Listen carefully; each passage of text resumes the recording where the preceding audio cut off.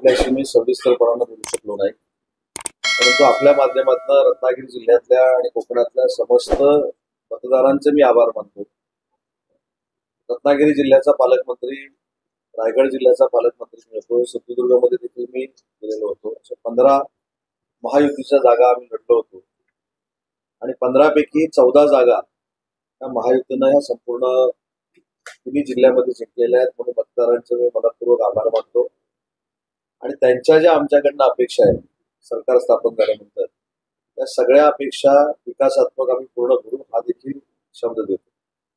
यामध्ये मुख्यमंत्री माझी लाडकी बहीण योजनेतल्या लाडक्या बहिणी असतील, लाडके भाऊ असतील, आमचे सगळे शेतकरी बांधव असतील, ज्येष्ठ नागरिक असतील आणि विविध जाती धर्माचे सर्व मतदार असतील, त्यांनी पुन्हा एकदा महायुतीच्या सरकारवर विश्वास टाकलाय आणि महाराष्ट्राच्या राजकीय इतिहासामध्ये सगळ्यात जास्त जागा या विधानसभेच्या निवडून आलेल्या आहेत हे देखील आपण बघितलेलं आहे.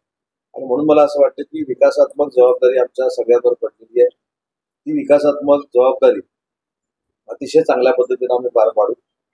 आता झाल्यानंतर अपूर्ण जी रत्नागिरी जिल्ह्यातली कामं आहेत त्याचा देखील मी आढावा घेतला. त्याच्यामध्ये 3D मल्टीमीडिया शो असेल, प्राणी संग्रहालय असेल, आपलं एसटी स्टँड असेल, जिल्ह्यातली एसटी स्टँड असतील, जिल्ह्यातल्या शिवसृष्टी असतील, या सगळ्याचा मी आताच जिल्हाधिकाऱ्यांबरोबर आढावा घेतला. त्याच्यामध्ये सगळी कामं 2 महिन्यामध्ये पूर्णत्वाला जातील अशा पद्धतीचं चित्र प्रशासनानं मला सांगितलेलं आहे. आणि हा विकास झाला म्हणजे जिल्ह्याचा विकास संपला नाही, तर पर्यटनाच्या माध्यमातून जास्तीत जास्त पर्यटक रत्नागिरी जिल्ह्यामध्ये आले पाहिजे या पद्धतीचा एक आराखडा जो आम्ही पूर्वी तयार केलेला होता त्याची तंतोतंत अंमलबजावणी आम्ही करू. आचारसंहिता देखील संपलेली आहे. त्याच्यामुळं काही दिवसानंतर माझ्या मतदारसंघाचा आणि जिल्ह्यातल्या काही भागामध्ये आभार मानण्यासाठी मी स्वतः मतदारांकडे जाणार आहे. कारण शेवटी जेव्हा मतं मागायला जातो त्यांनी भरभरून दिल्यानंतर त्यांचे आभार देखील मानले पाहिजे. त्या आभाराचा दौरा सुरू होईल आणि विशेषतः तिन्ही जिल्ह्यामध्ये अतिशय चांगल्या पद्धतीनं पर्यटन वाढावं, औद्योगिक क्षेत्र वाढावं, औद्योगिकरण वाढावं यासाठी आमचा प्रयत्न राहील.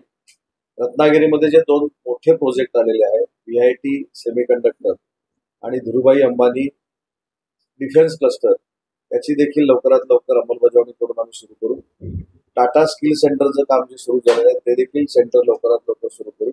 आणि ज्या ज्या काही कमिटमेंट रत्नागिरी जिल्ह्यासाठी होत्या, सिंधुदुर्ग जिल्ह्यासाठी होत्या, रायगडसाठी होत्या, त्या सगळ्या सरकार आल्यानंतर टप्प्याटप्प्याने आम्ही पूर्ण करू.